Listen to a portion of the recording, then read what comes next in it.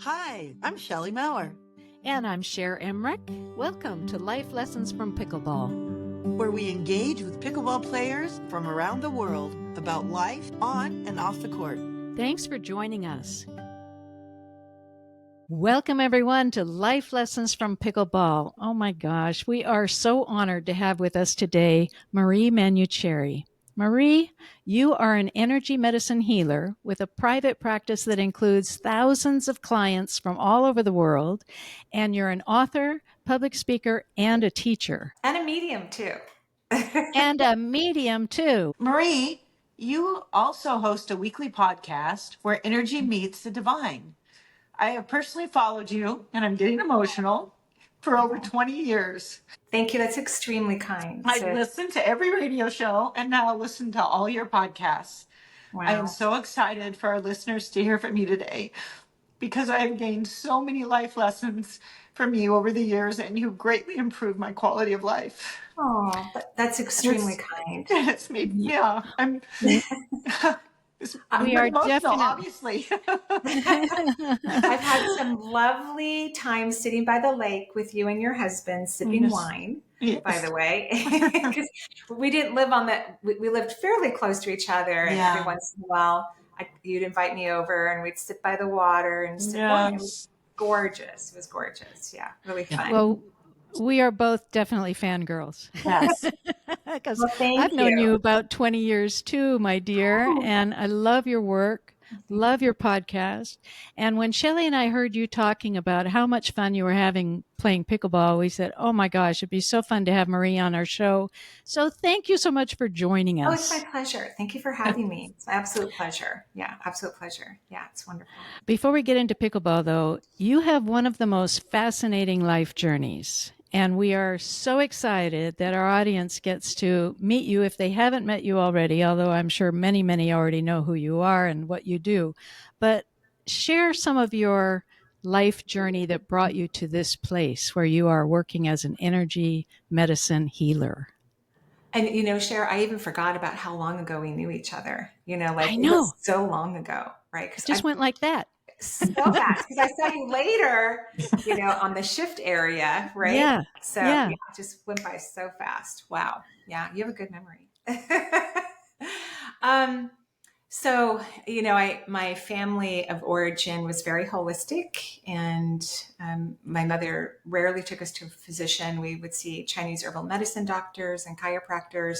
Growing up, we took lots of supplements, and my mother would give us cod liver oil by the tablespoon, like so gross, but she would make us eat it. And she cooked and made mostly organic food for us, which was kind of interesting, sourcing that in the 60s. I was born in the 60s. Sometimes we bought food in the basements of churches, unless you grew, and we grew up in apartments, so we didn't have access to gardens and things of that nature. But so I've always been holistic. My mother filled our house with books on spirituality. So I've read a lot of books from a very early age and really believed in it, but never even considered, even for a second, that I would be someone who would work in that industry or in that part of the world. It never even occurred to me. And, grow up and get married and put my husband through college. And then it was my turn. And he suggested that I study nursing. And I thought he was crazy. I'm like, if anything, I should go to Bastyr University, right? The naturopathic university locally here. That's well-renowned throughout the world. I should go there, not modern medicine. And he goes, I think you should at least take some classes. So I loved all the classes I took. I eventually applied to nursing school. I loved every moment of it. Loved it. It was just so nice to even learn other ways to heal people, because, acute care medicine is very different than holistic medicine. When people have serious acute care illnesses, they need a hospital, they may need surgery, they need drugs that are going to work really fast. So it was fascinating to just be in this completely different world. And I loved it. I ended up working at a hospital just outside of Seattle, close to all of us. And during my time on the oncology floor, which was not my plan, I initially got hired to work in the hospital, to work in kind of a step down unit where patients who were acute but were going to have to go off to a nursing home eventually for rehab. So I worked in the hospital part of it, graveyard, 3 12-hour shifts working there. And after I worked there for a couple of years on that floor, and after a while I started to get tachycardia. My heart started to race. And nurses don't like to really go to the doctor. And I was, of course, raised not to go to the doctor, but eventually I had to pull one of the cardiologists, into the hallway and say, I have tachycardia. And because it had been going on for months and months. And so he did a full workup. I wore a harness for a while and had an echocardiogram done, and I was fine. So he said, it's your biorhythms. You have to leave graveyard. Your body can't handle it. My kids were all in school. So, I'd come home and sleep for a while, get up and go get them. First, take them to school, make their lunches, drop them off, and then go pick them up. So I never really got enough sleep. Right. Yeah. And so he said, you have to change your shifts. So the only area of the hospital that had a day shift available was the oncology floor. And to my surprise, I loved it. I just loved every second of it. I think hospitals are really cool places because there's so much transformation going on.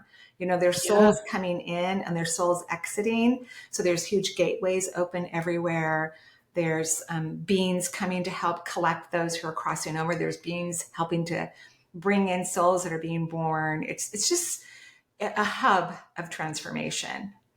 Mm-hmm. And while I was on the oncology floor, I began to hear, see, and feel my patients' bodies in a way that, I didn't normally. Like I would be at the bedside of a patient, maybe changing their IV or dressing a wound or something of that nature. And this one time in particular, I remember that it was as if my vision just went like X-ray through the blanket, through their clothes, which of course they weren't wearing that much clothing, right? Just a hospital gown, and then into their body. And I would land in an organ and the organ would start to talk to me.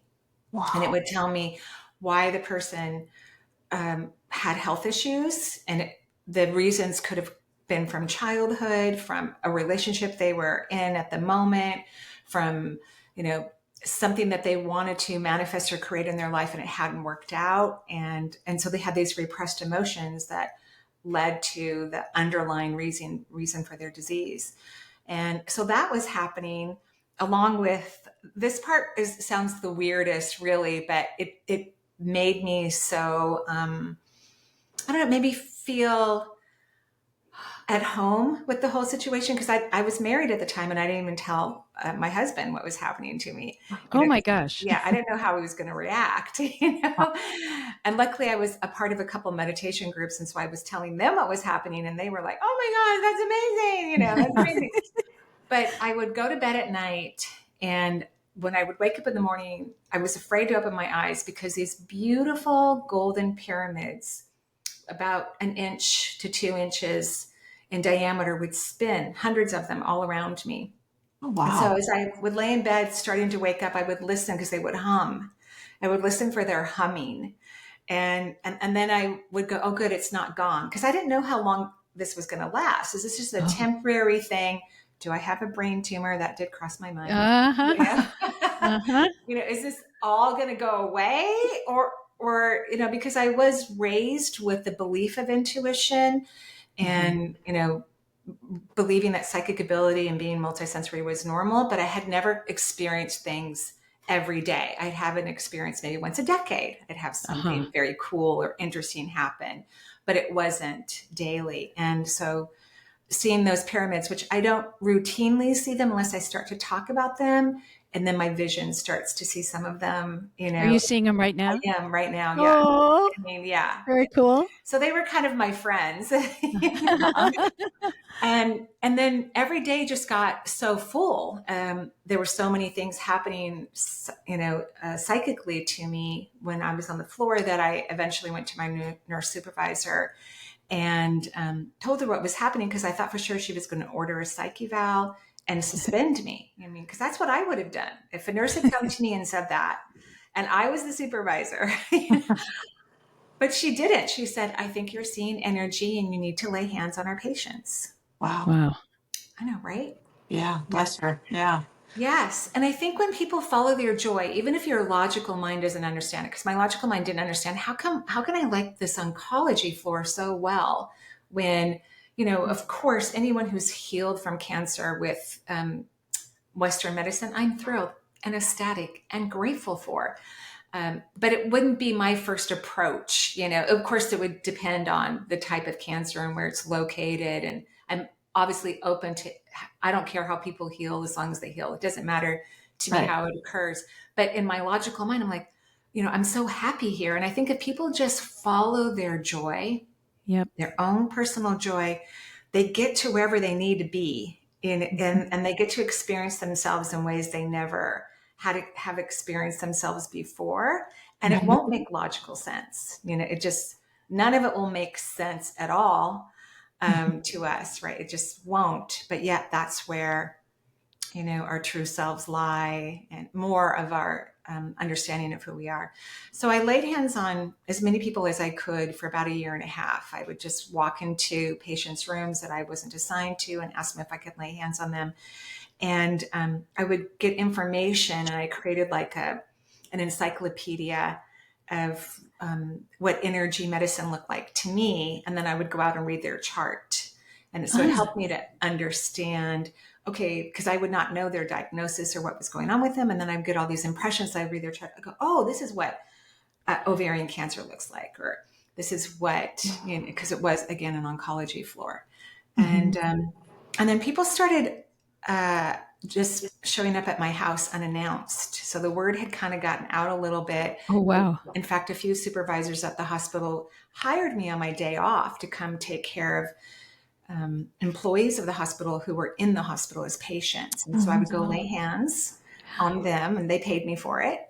I'll be darned. And then people just started showing up, and they would lay on a couch or the floor. I didn't have a massage table. I didn't have anything like that. And then after a while, I started a practice, and eventually, after a few years, left the hospital. And yeah, I left in 2000, so I haven't been back since. That was hard for you to leave the hospital. It You was really loved it. hard. I think of it still every single day. Oh. Yeah. And when you say you put your hands on and you are seeing as if it's almost an x-ray, but even better than x-ray, are you seeing in color? Are you seeing the organs and the blood vessels and all this as if the skin weren't there? Yes. So I see in full color.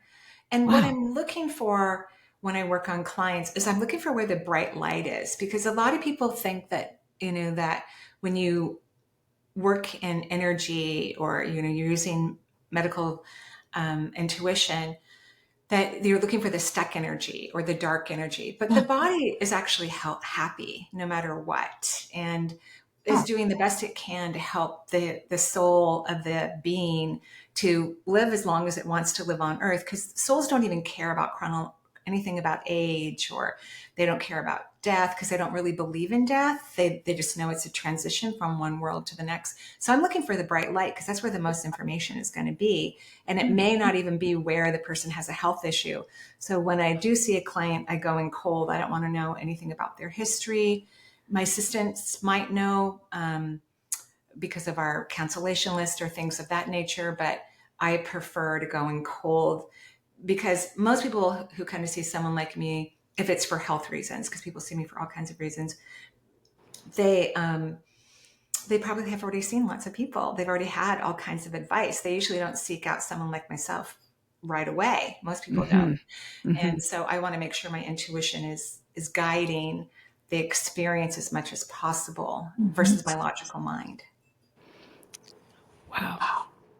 You guys are so cute because you know me. I know. We do, but it's still, even still, I mean, It's just really, Marie. amazing. Yeah. Yeah.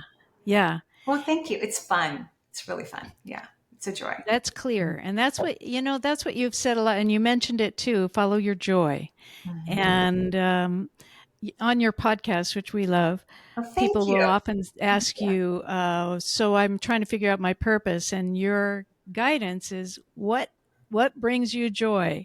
It's not about helping other people. It's Say really something not. about that. About I think that once you figure out your joy, of course it's going to help other people. Even the person who created sticky notes, like, because we still use them even in this Yep. technical age. They're all over my other office. Mine too. I always imagine those people were having fun and they were in joy and they were playing with colors, before a big corporation bought them out, because I'm sure that's what happened from the original creators.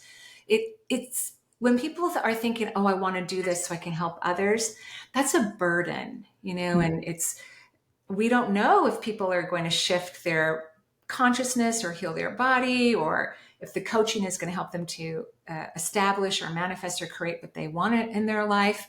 And you have to be okay with that too, right? You have to be okay with whatever the being wants to do, because we all have free will. So if people enter things from a place of joy, you will be the most helpful that you possibly can be.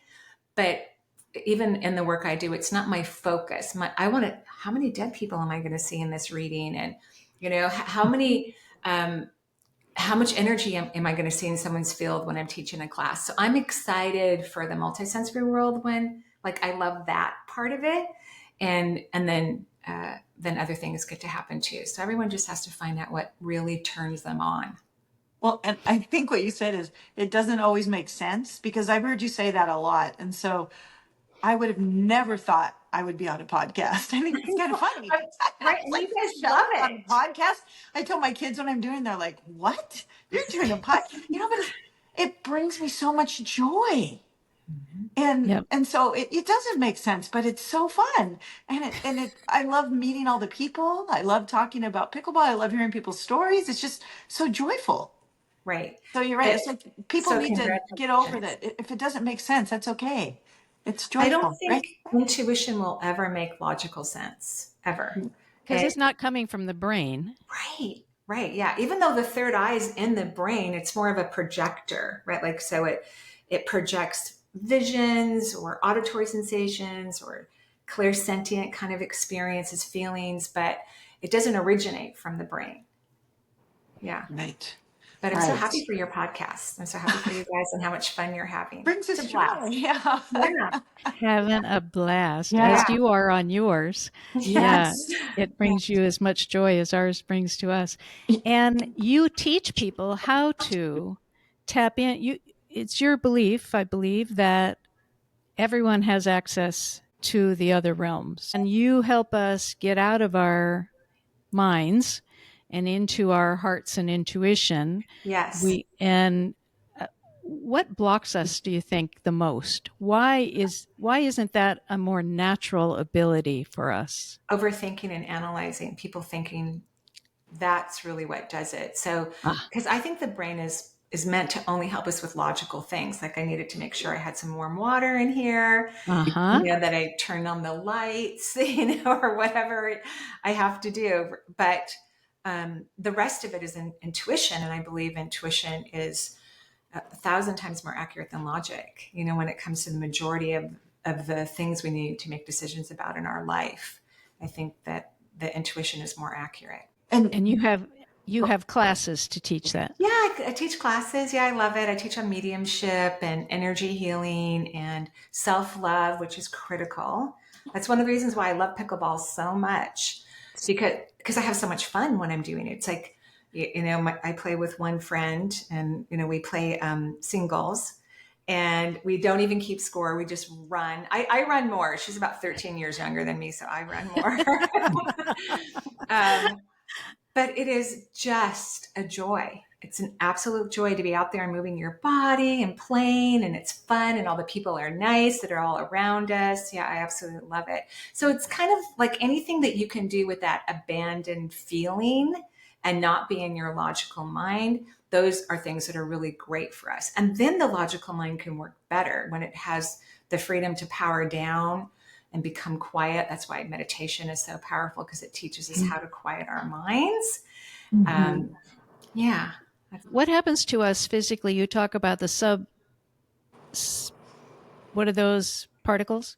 Oh, subatomic particles. Yeah. Subatomic particles, yeah. Is that what's being affected when we feel joy like that, that abandoned joy? Such a great question. So everything's about energy, vibration, and frequency, right? And Everything.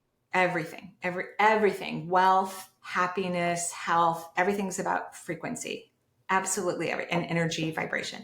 So when we're happy, our subatomic particles, because everything's made out of energy, the shirt that I'm wearing, the devices we're looking into, everything's made out of energy. When we're in joy, our subatomic particles start to vibrate higher and higher and higher. And all the things that we want in life vibrate at a very high frequency.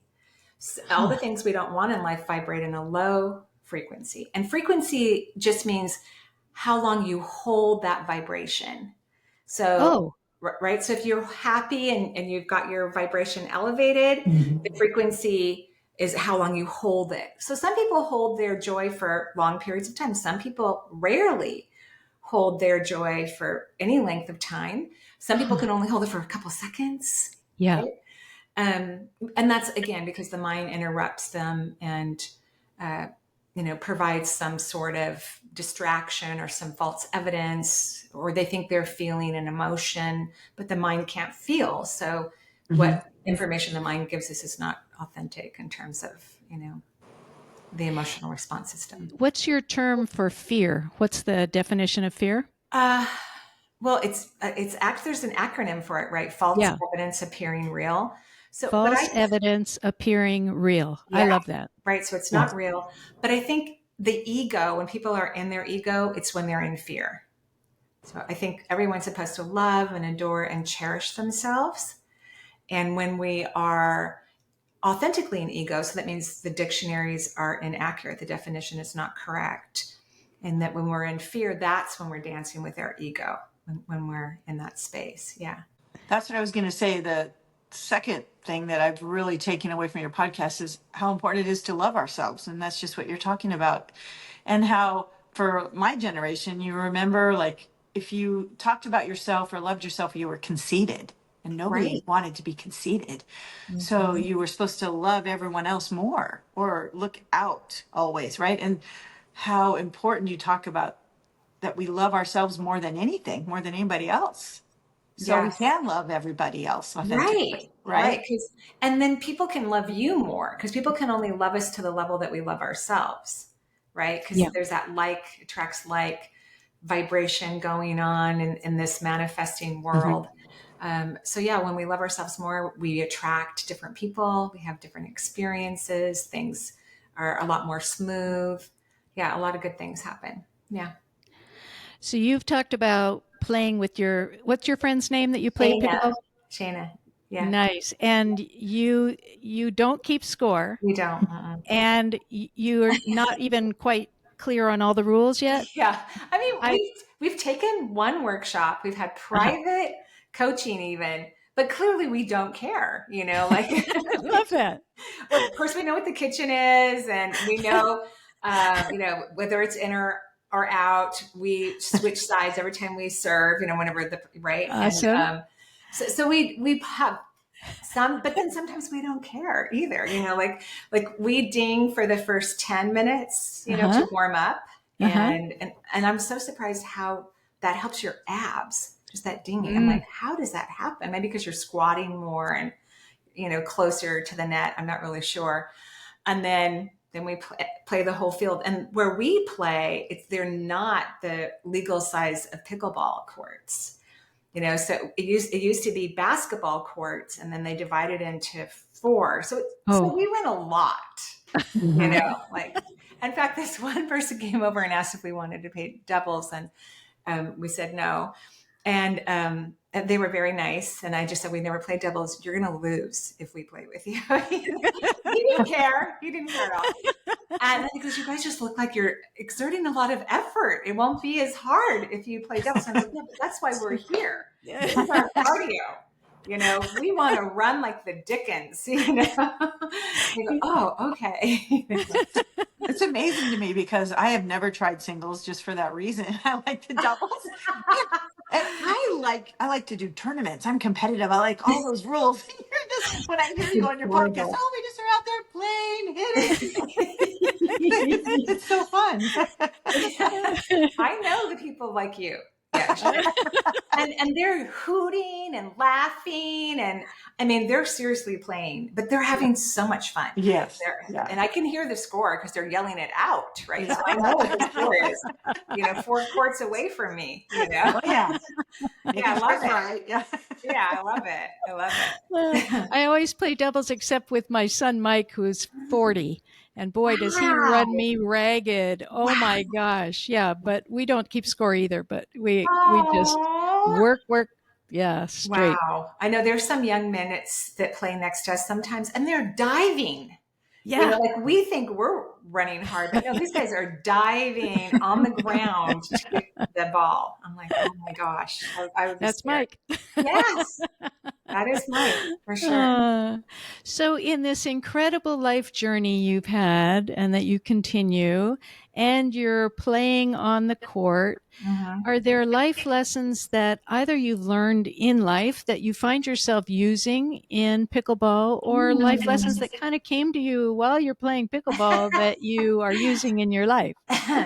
Well, I mean, pickleball is also a good opportunity, especially if you're not doing really well, or, if Shane is doing more serving than I am, I'm not doing as well. And just having that inner dialogue, like, honey, you're doing a great job. Everything's okay.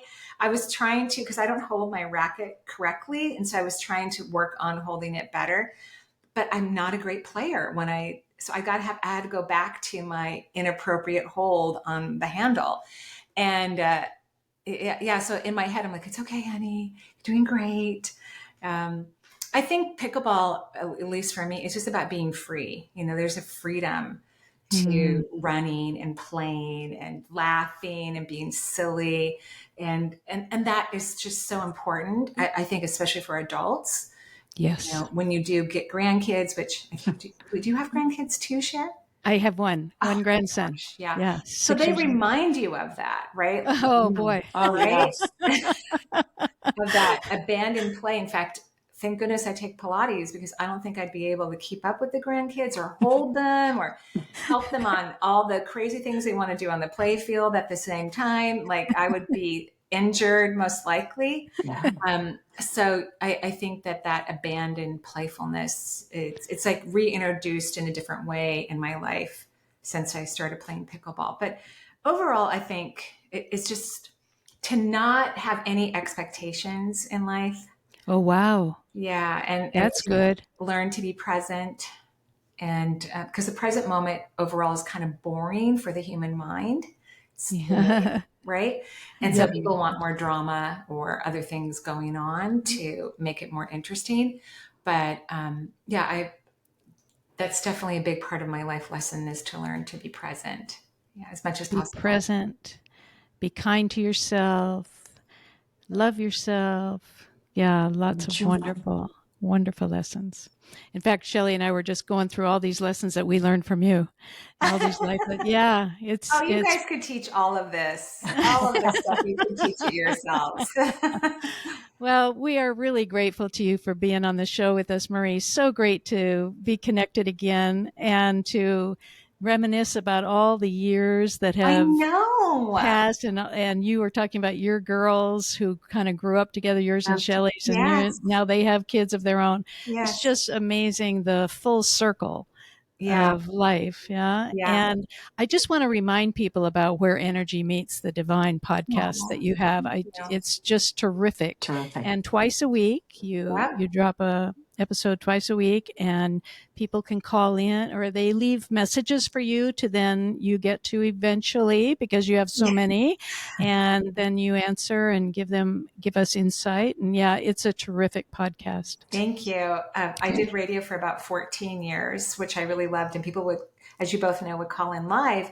And when I wanted to move to podcast, because I wanted to teach a little bit more, and with radio, it's not as easy to teach, at least, that's the conclusion I came to. And so people leave a voicemail on the website, and then we answer it, or I do, the universe. Yeah. And so what is your website for people to be able to connect you, follow you? Yeah. Energyintuitive.com, or you can just mariemanuchehri.com, either way, and we'll get you there. Energyintuitive.com. Excellent. Excellent. Well, thank you. Thank you. Thank you. Really appreciate Of you course. Yeah. being on the show. And you. thank you all. Oh my gosh. What an amazing insight. Okay. Follow your joy. Be kind to yourself. Love yourself. And have a blast. Yeah. Just have a blast. Go play pickleball. It'll make Go you play happy. pickleball. You will have so much fun and You meet will. so You many will have amazing a people. blast. Yeah. And thank you so much, both of you, for having me. It was so All right. nice to see you again and be in Yeah. your presence and your energy. Thank you so much for having me. Thank Thank you. you. Thank you. And thank you all. Oh my gosh. Don't forget to like, subscribe, and follow and share. And go check out Where Energy Meets the Divine podcast. You will love Marie on her podcast. Kind of makes me a little teary too. Aww. Okay. No more crying. And we look forward to another conversation next week. Bye-bye, everyone. If you love our podcast, we'd be so grateful if you'd take a few seconds to follow or subscribe to Life Lessons from Pickleball. This ensures you'll never miss an episode and helps us continue these wonderful conversations. On Apple Podcasts, Spotify, or wherever you listen, go to the show page and tap the follow button in the top right corner. And on YouTube, click the subscribe button under any of the episodes. Thanks so much. Hope to see you on the court.